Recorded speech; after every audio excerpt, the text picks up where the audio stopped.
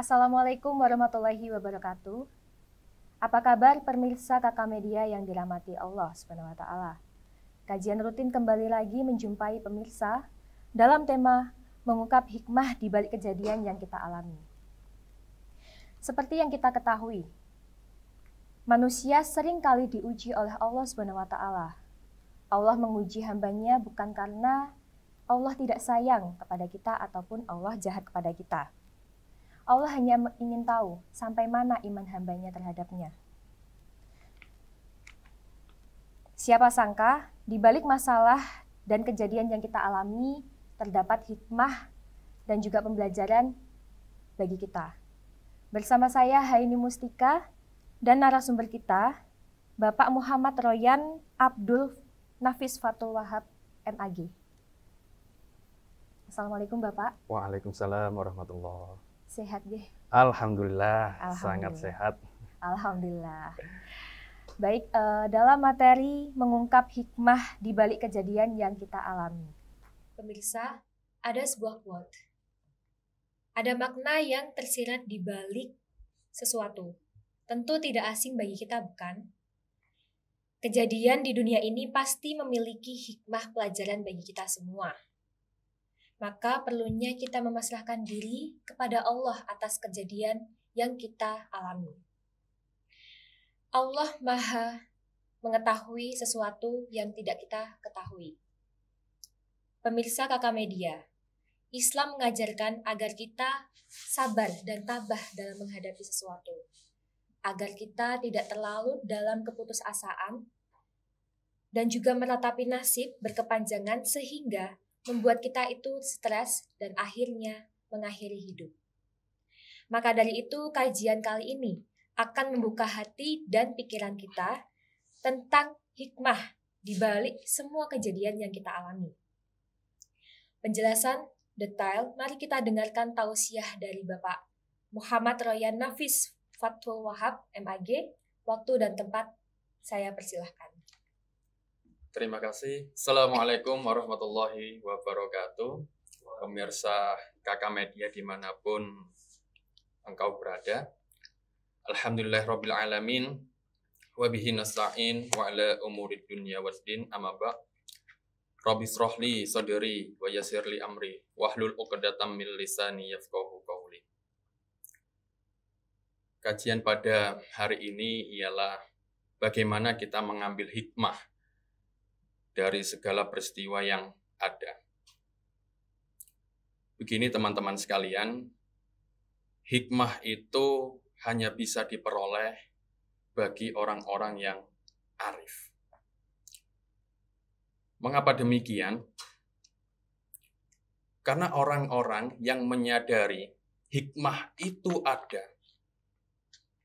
adalah orang-orang yang benar-benar sudah memasrahkan dirinya kepada Allah. Mereka yakin bahwasannya pertolongan Allah itu nyata. Mereka yakin bahwasannya ketika kita sudah ikhtiar, terus kemudian kita ini tawakal, itu pasti pertolongan Allah itu akan datang. Sebagaimana firman Allah Subhanahu wa taala, "Wa may yatawakkal 'alallah fahuwa hasbuh." Barang siapa yang bertawakal kepada Allah, itu pasti Allah akan mencukupkan segala sesuatu di dunia ini.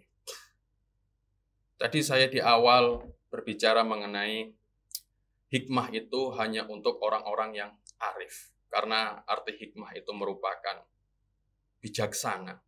Arif itu juga bijaksana. Jadi kalau misalnya orang-orang ini tidak arif, maka mereka tidak akan mendapatkan yang namanya hikmah atau pelajaran. Allah juga sudah berfirman di dalam surat Al-Baqarah ayat 269. A'udzubillahi minasyaitonirrajim. Bismillahirrahmanirrahim. Yu'til hikmata may yasha. Wa may yu'tal hikmata faqad utiya khairan katsira. Wa may yadzakkaru illa ulul albab. Kata Allah seperti apa? Yu'til hikmata may yasha. Allah itu akan memberikan hikmah kepada orang-orang yang dikehendakinya. Wa may yu'tal hikmata faqad utiya khairan katsira. Ketika Allah ini sudah memberikan hikmah kepada orang-orang yang dikehendakinya, maka orang tersebut akan mendapatkan khairan katsira, kebaikan yang banyak. Nah, cuman ini perlu digarisbawahi. Siapa orang-orang itu? Tidak semua orang-orang yang dapat mendapatkan hikmah yang dikehendaki oleh Allah. Siapa orang-orang tersebut? Wa may yazakkaru illah. Nggak sembarangan orang, kecuali ulul albab, yakni orang-orang yang mau berpikir. Berpikir itu artinya kita merenungi, kita melihat, bukan meratapi nasib, bukan. Tetapi kita yakin bahwasannya kita hidup di dunia ini itu semata-mata hanya untuk Allah, bukan untuk menyenangkan manusia. Ini padahal setiap hari ini kita baca di dalam sholat. Inna sholati wa nusuki wa mayahya wa mamati lillahi rabbil alamin. Sholatku, ibadahku, hidupku, matiku hanya untuk Allah. Seperti itu. Jadi sebenarnya ketika kita mendapatkan peristiwa yang tidak sesuai dengan yang kita inginkan, itu biasanya Allah sudah menyiapkan peristiwa yang terbaik di dalam fase hidup kita. Misal seperti ini. Ini saya cerita dari pengalaman saya. Mungkin juga teman-teman atau pemirsa KK Media itu juga sama merasakan apa yang saya rasakan. Khususnya teman-teman mahasiswa baru, atau mungkin yang sudah mahasiswa lama lah. Misalnya ketika lulus SMA atau Aliyah, itu ingin masuk ke kampus yang diidam-idamkan sejak dulu. Atau prodi yang sangat diidam-idamkan. Tapi kemudian ternyata nyasar. Nah ini kan mungkin dekat dengan kita ya Mbak ya. Sangat dekat sekali dengan kita. Nah, kalau misalnya teman-teman di sini itu sudah tawakal, sudah menyerahkan semuanya kepada Allah, ya enggak usah bingung lagi gitu loh. Oh, berarti Allah memiliki takdir lain. Mengapa kok kita ditempatkan di sini? Saya dulu alumni kejuruan, sekolah menengah kejuruan. Tapi mondok juga, Ketika saya lulus, jurusan saya teknik komputer dan jaringan, harusnya ketika kuliah, saya mengambil yang sefrekuensi dengan jurusan saya dulu. Tetapi kenyataannya, Allah menempatkan saya pada jurusan ilmu Al-Quran dan tafsir. Ini sangat melenceng sekali seperti itu. Cuman dari awal saya yakin Allah memiliki maksud tersendiri. Mengapa kok menempatkan saya di jurusan ilmu Al-Quran dan tafsir seperti itu. Walaupun semuanya penuh pengorbanan dan perjuangan, dan alhamdulillah saya masih bisa mengikuti. Dan itu saya masih berpikir, kira-kira Allah ini mempunyai misi apa toh? Kayak gitu. Wong saya loh berdoanya pengen masuk di sini. Kok saya ditempatkan di IAT? Saya terus mencari hal tersebut. Dan alhamdulillah di tahun 2017 pasca lulus dari S1, alhamdulillah saya mendapatkan kesempatan langsung untuk melanjutkan kuliah S2. Saya ingat betul itu. Bagaimana perjuangan saya alhamdulillah mendapatkan beasiswa S2 ketika itu. Jadi teman-teman saya, teman akrab saya semuanya mendapatkan beasiswa, tinggal saya yang bingung. Gimana saya melanjutkan? Saya juga mau kuliah. Apa yang harus saya perbuat? Saya minta ke Gusti Allah. Ya Allah, pun sekarang terserah panjenengan, terserah jenengan. Saya tinggal mengikuti saja alurnya seperti apa. Dan alhamdulillah sama Gusti Allah ditempatkan yang menurut saya itu tempat terbaik kayak gitu. Selama 4 semester saya kuliah dibiayai oleh beasiswa, kuliah tepat waktu. Terus kemudian saya bertanya lagi, ya Allah, kira-kira habis ini saya ngapain setelah lulus kayak gini? Apa kiranya yang menjadi kehendak jenengan? Dan alhamdulillah ketika itu ada pengumuman seleksi CPNS pada waktu itu. Terus kemudian saya mendaftar dengan bermodalkan, ya sudahlah, mungkin ini jalan yang ditetapkan oleh Gusti Allah seperti itu. Dan alhamdulillah saya ada di sini sekarang. Maksud saya seperti ini, teman-teman sekalian. Kalau toh ketika kita berdoa, meminta kepada Allah, walaupun Allah sudah janji, ud'uni istajib lakum, terus kemudian doa itu tidak dikabulkan oleh Allah, itu jangan semerta-merta teman-teman di sini menghujat Allah kayak gitu. Sangat tidak boleh itu. Sangat tidak boleh. Jadi misalnya saya pengen masuk di jurusan A, kok ternyata masuknya ke jurusan B, oh Allah tidak adil. Tidak boleh. Allah itu adalah zat yang maha adil. Saya teringat betul dengan dawuhnya Gus Baha. Teringat betul dengan dawuhnya Gus Baha. Ketika kita itu berdoa, ketika itu kita itu minta kepada Allah, terus kemudian doa kita ini diijabah, itu bukan karena kita, bukan. Tapi karena Allah lah yang merupakan zat pemberi segalanya, zat yang maha kuasa. Tapi kalau misalnya doa kita itu tidak segera diijabah oleh Allah, bukan berarti Allah itu tidak adil, bukan. Itu berarti kita itu harus merendahkan diri kita di hadapan Allah.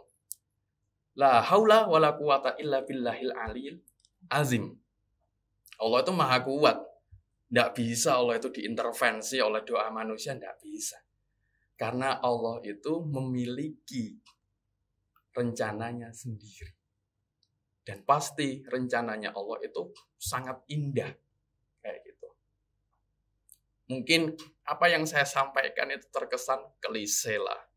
Atau ya mungkin teman-teman yang masih belum merasakan, belum tersadarkan bagaimana kuasanya Gusti Allah.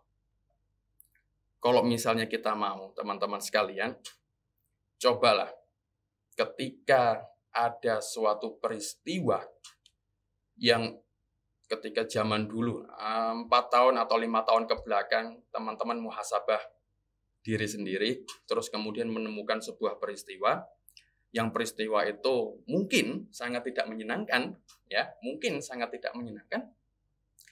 Terus kemudian ternyata di masa depan atau di masa sekarang, teman-teman di sini itu merasakan bahwasanya alhamdulillah, untung dulu aku seperti ini. Walaupun dulu itu ketika mendapatkan peristiwa itu rasanya pahit gitu loh. Itu benar-benar kita dapat mengambil hikmah. Jadi hikmah itu nggak langsung. Walaupun ada hikmah yang langsung, itu merupakan orang-orang yang memang benar-benar dikehendaki oleh Allah. Tapi biasanya ketika kita mengambil hikmah, mengambil nilai dari peristiwa itu butuh waktu. Butuh waktu. Seperti halnya saya, dulu itu saya daftar kemana-mana itu nggak keterima. Walaupun ketika dulu di sekolah termasuk lulusan terbaik, kayak gitu.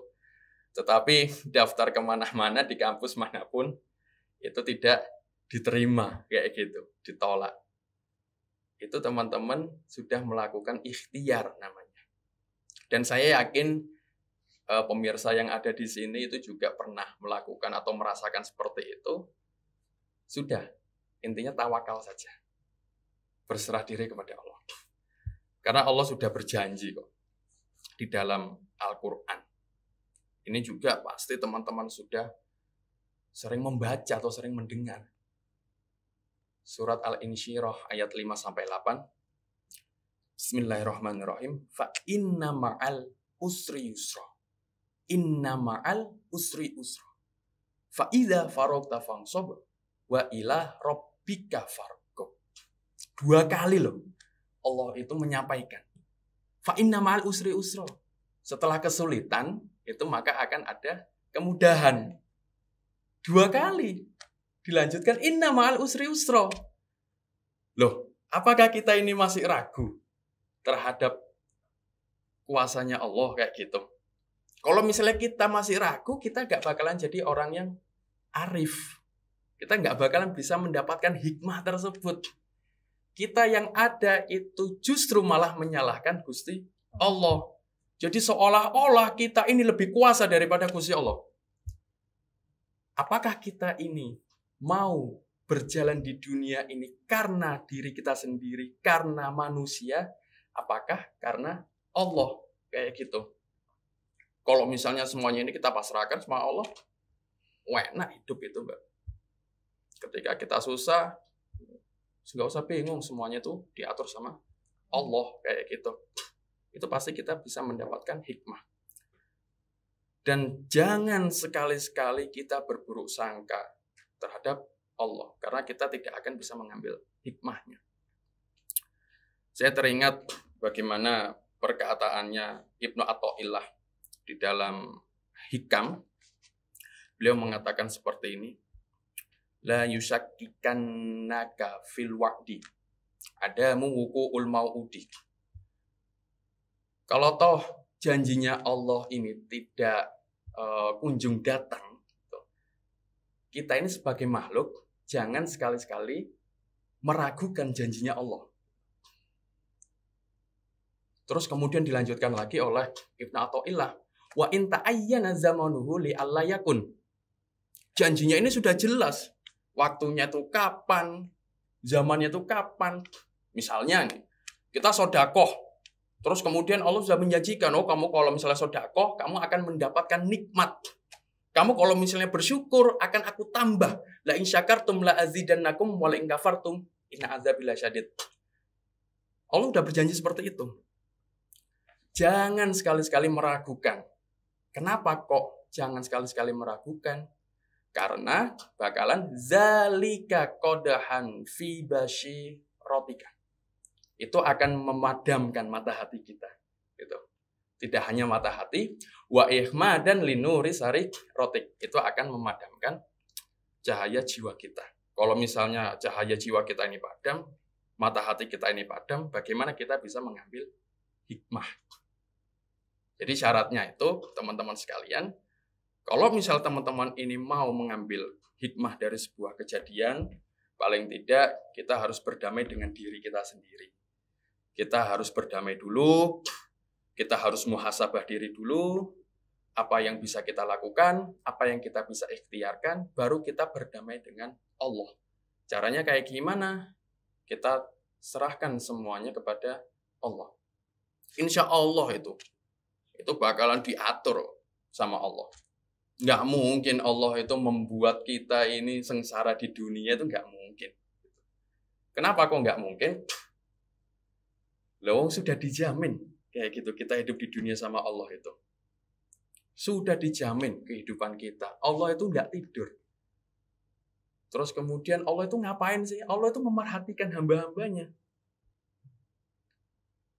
La ta'khuduhu sinatu wala naum. Itu juga sudah setiap hari kita baca di dalam ayat kursi itu.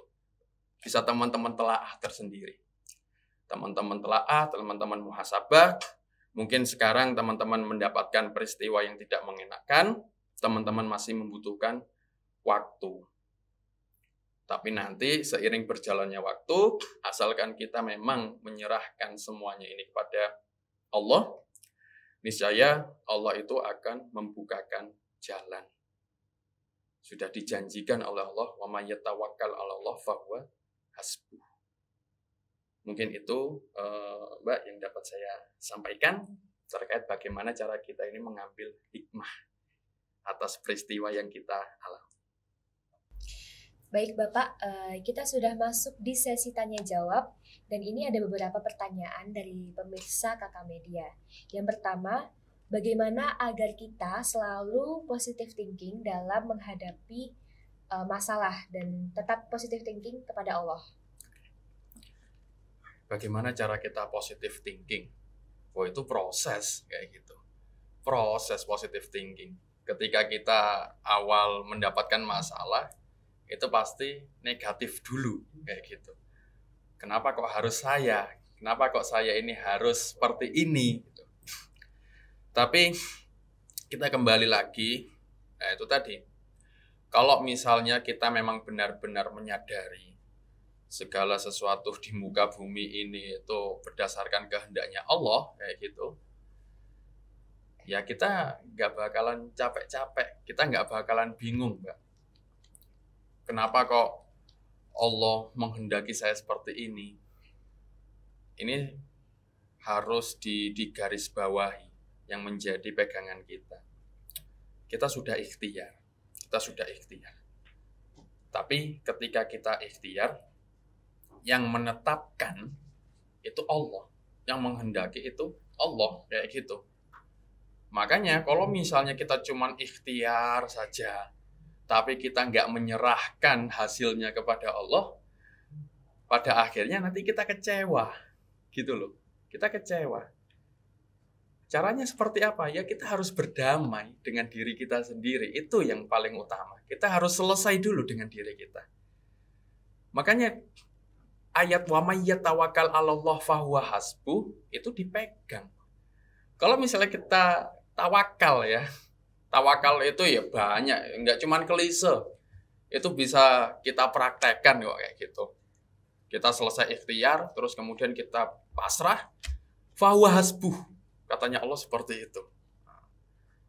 Jadi insya Allah positive thinking itu merupakan proses. Tapi kembali lagi, jangan sampai sekecil pun lah. Negatif boleh, tapi jangan negatif thinking sama Allah kayak gitu. Bahaya kalau negatif thinking sama Allah itu. Malahan itu nanti akan memperkeruh perasaan kita, suasana kita. Malah nanti jawabannya nggak ketemu-ketemu. Jadi gitu, Mbak. Lalu pertanyaan selanjutnya, tips agar kita itu tidak gegabah dalam menghadapi sebuah masalah. Kalau misalnya, ini kan kita sebagai manusia. Manusia itu kan merupakan makhluknya Allah yang dikaruniai akal dan pikiran. Kalau misalnya kita mau menggunakan akal kita, pikiran kita untuk menghadapi masalah ini, jadi kita tidak mengedepankan emosi dulu, insya Allah kita itu tidak gegabah gitu. Paling tidak kita tahu, kita punya planning, kita punya rencana. Terus ternyata rencana kita itu tidak sejalan dengan apa yang kita rencanakan. Maka kita harus muhasabah diri terlebih dahulu. Kita mungkin merenung atau mungkin jangan malu-malu lah untuk berbicara sama Allah kayak gitu. Misalnya ketika sholat kita berdoa pakai bahasa Indonesia, ya Allah ini kayak gimana? Jalannya seperti apa? Nggak usah terlalu terpaku, terus kemudian nggak mau berdoa kepada Allah kalau nggak pakai bahasa Arab, ya jangan. Gitu. Justru kalau misalnya kita ada masalah, ya komunikasikan saja kayak gitu.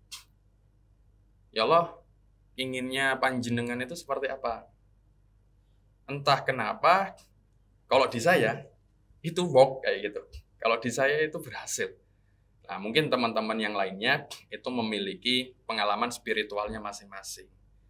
Nah, ketika kita memang memasrahkan itu semua dan kita menggunakan akal dan pikiran kita, insya Allah itu gak gegabah lah untuk mengambil keputusan kayak gitu. Berarti tetap ada jalannya gitu nih Pak? Oh sangat, gak mungkin. Wong sudah dijanjikan sama Allah kok kayak gitu. Oke. Pertanyaan selanjutnya, bagaimana sikap yang harus kita ambil setelah menerima hikmah dari kejadian yang kita alami? Apa sikapnya? ini juga sudah disampaikan oleh Allah kayak gitu. La in syakartum la azidannakum. Itu sikapnya. Ya syukur. Tidak ada lagi. Syukur itu banyak sekali bentuknya. Minimal sampean itu tidak lupa sama Allah kayak gitu. Kadang kita itu banyak lupanya.